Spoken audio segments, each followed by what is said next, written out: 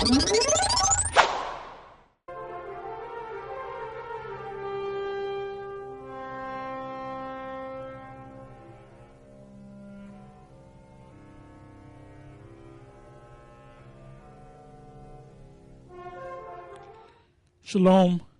and welcome once again to Elders of GMS, giving all praises to Yahweh Ba'Shem Yahweh Shai.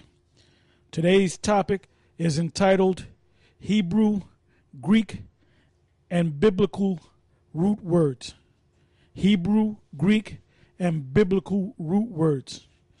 And pretty much the title pretty much says it all. And we wanted to do this show for a while. And we're finally going to do it through the spirit of Yahweh Ba'Shem Yahweh Shai. We want to basically go right into it. I like to read it to get me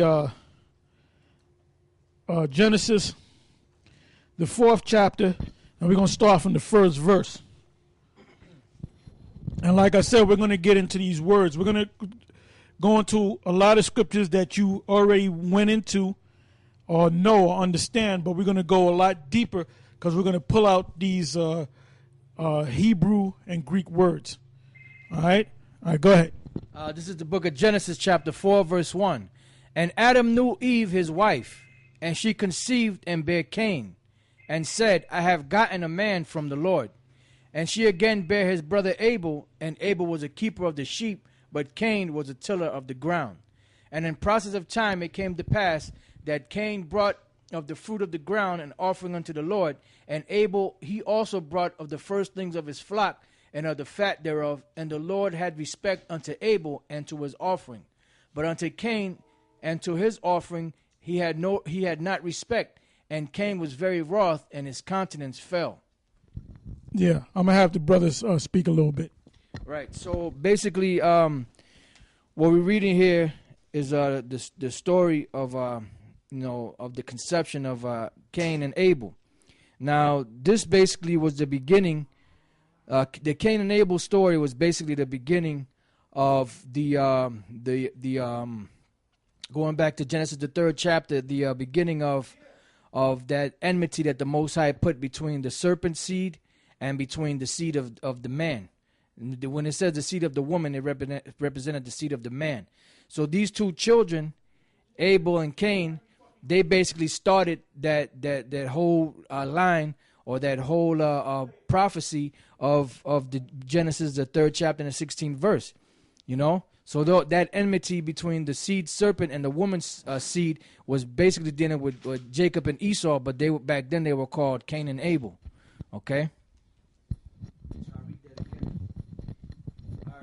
This is back in Genesis chapter 4 verse 1. It says, and Adam knew Eve his wife, and she conceived and bare Cain, and said, I have gotten a man from the Lord. Now when you look up that word Cain, it comes from the Hebrew word Qayan. Now, as Elder Tar was, when we were speaking earlier before we started the lesson, Elder Tar was saying when you go through the Blue Letter Bible, they don't give you the actual meaning of the name Cain. So you have to dig through different resources to find it. Like you got to have the Hebrew booklet, the Ben Yehudi. You got to have the actual, if you can afford the actual book of the Strong's Concordance, you have that, because there's sometimes when you go through the Blue Letter Bible, they don't always give you the proper breakdown of these particular words. And it's important that when you research, you have to look at other resources in order to compare and find out which one is telling the truth. All right. So the name Cain comes from the Hebrew word Qayan. All right. Now in the Blue Letter Bible, when you look up the word, it gives you the definition as being possession. That's not the definition. All right. The name Cain basically means like a stabbing weapon, like a spear or a dagger, or some form like a javelin type, so something that you thrust, a weapon that you thrust with. And as a matter of fact, I have here, because when you look it up in the Blue Letter, like I said, it uses the word possession. But when you look it up in here and you look up under the Hebrew Qayan, the word Qayan means spear, dagger, or blade. See, that's the actual meaning of the word. And the reason why it was if his name was called Cain was because of what he was going to do. He was going to slay his brother. And Elder Gabar always brings us out a term called nomen omen. Now, the term nomen omen is a Latin term for name prediction, meaning that whatever your name was called in the future, your name was going to have some significance to it. Like, I'll give you an example. This guy, Alexander the Creep, we call him. Now, the word Alexander means protector.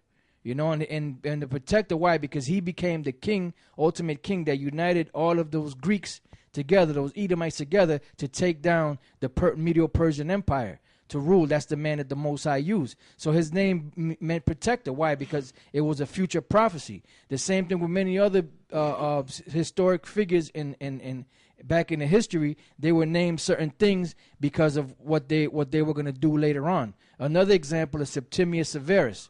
Now, Septimius Severus, the word Septimius means 7, and Severius means to sever or to cut. Why? Because he cut the head of the Roman Empire, which was the part of the 7 heads. He helped cut that head. So when his name was given to him, that his parents didn't know why they were naming him that, but it was given to him that way because of a future prophecy or future thing that was going to happen, where he was the actual man that did it based upon his name. All right. So now when you go back and you read, and Adam knew Eve, his wife, and she conceived and bare Cain, and said, I have gotten a man from the Lord. The word Cain from the Hebrew Qayan, which means like a spear or a thrusting weapon. It says, and she again bare his brother Abel, and Abel was a keeper of sheep, but Cain was a tiller of the ground. Now the name Abel comes from the Hebrew word Habal. And now when you look it up online, I forgot what the actual word, what it said for, I think it said breath. Yeah, breath. Matter of fact, I'm going to let him read it. Read it.